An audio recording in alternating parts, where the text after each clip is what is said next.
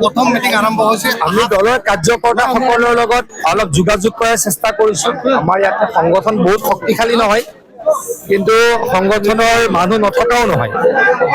আজি আচলতে মিটিংখন অহাকালি দিছিলোঁ, যোৱা ৰাতি 10টা বজাত সিদ্ধান্ত ল'লোঁ আজি কৰিম।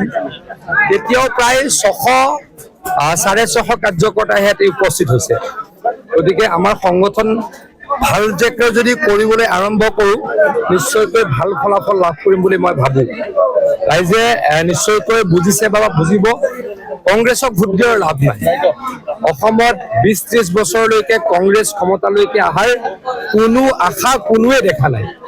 গতিকে কিয় ৰূপহী মানুহে ভুল কৰে সেই কথা মই নিজেও বুজি নাপাওঁ। কিন্তু যিহেতু এইটো উপ নিৰ্বাচন, গতিকে এই নিৰ্বাচনত কংগ্ৰেছ দল, AIUDF দল ত্যাগ কৰি ৰূপহী ৰাইজে, সিঙৰ ৰাইজে ভাৰতীয় জনতা পাৰ্টিক ভোট দিব বুলি মই দৃঢ়ভাৱে বিশ্বাসী ও আশাবাদী। আৰু এটা কথা, আপুনি উল্লেখ কৰিছে যে এইবাৰ থানাৰ দালাল আৰু চাৰ্কুলৰ দালালবিলাক দালালটো থাকিবই নোৱাৰে, আমাৰ ফালেতো নাই। ইয়াতে আমি অলপ কম অহা যোৱা কৰোঁ কাৰণে আমি ইমান নাজানিছিলোঁ। গতিকে য'ত থানাত দালাল আছে, য'ত চাৰ্কুল অফিচত দালাল আছে, সেই দালালবিলাকক অতি শীঘ্ৰে নাইকিয়া কৰা হ'ব। মুখ্যমন্ত্ৰী ডাঙৰীয়াৰ লগত মই নিশ্চয়কৈ আলোচনা কৰিম। চাৰিটাকৈ অধ্যুষিত অঞ্চল, মাইনৰিটি এলেকা, কিন্তু সেই ক্ষেত্ৰত দেখা গৈছে আপোনালোকৰ বিজেপি ৰণনীতিৰ কৌশল কেনেকৈ আৰম্ভ কৰিছে? চাওক, কিমান মাইনৰিটি মানুহক, মুছলমান মানুহক মিছা কথা কৈ কংগ্ৰেছে ভোট ল'ব।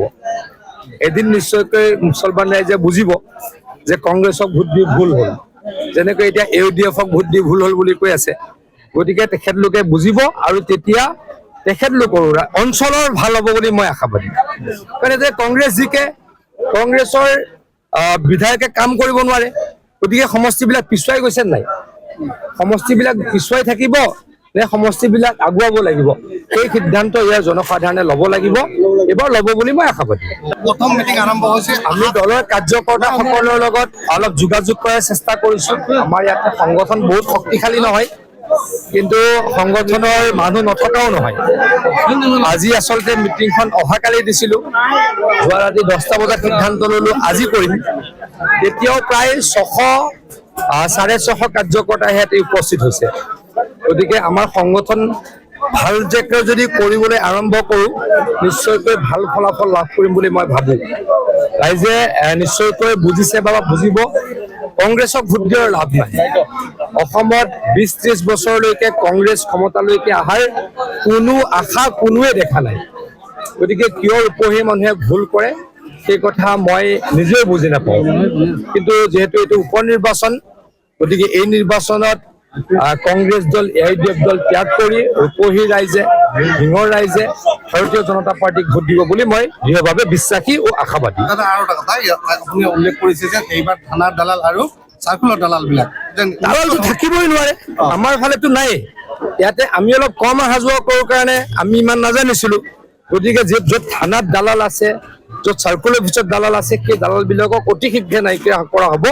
মুখ্যমন্ত্ৰী ডাঙৰীয়াৰ লগত মই নিশ্চয়কৈ আলোচনা কৰিম।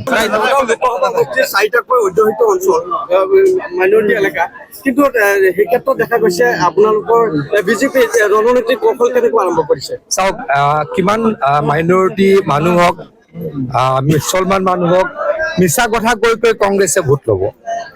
এদিন নিশ্চয়কৈ মুছলমান ৰাইজে বুজিব যে কংগ্ৰেছক ভোট দি ভুল হ'ল, যেনেকৈ এতিয়া AIUDFক ভোট দি ভুল হ'ল বুলি কৈ আছে। গতিকে তেখেতলোকে বুজিব আৰু তেতিয়া তেখেতলোকৰো অঞ্চলৰ ভাল হ'ব বুলি মই আশাবাদী। কাৰণ যে কংগ্ৰেছ জিকে, কংগ্ৰেছৰ বিধায়কে কাম কৰিব নোৱাৰে।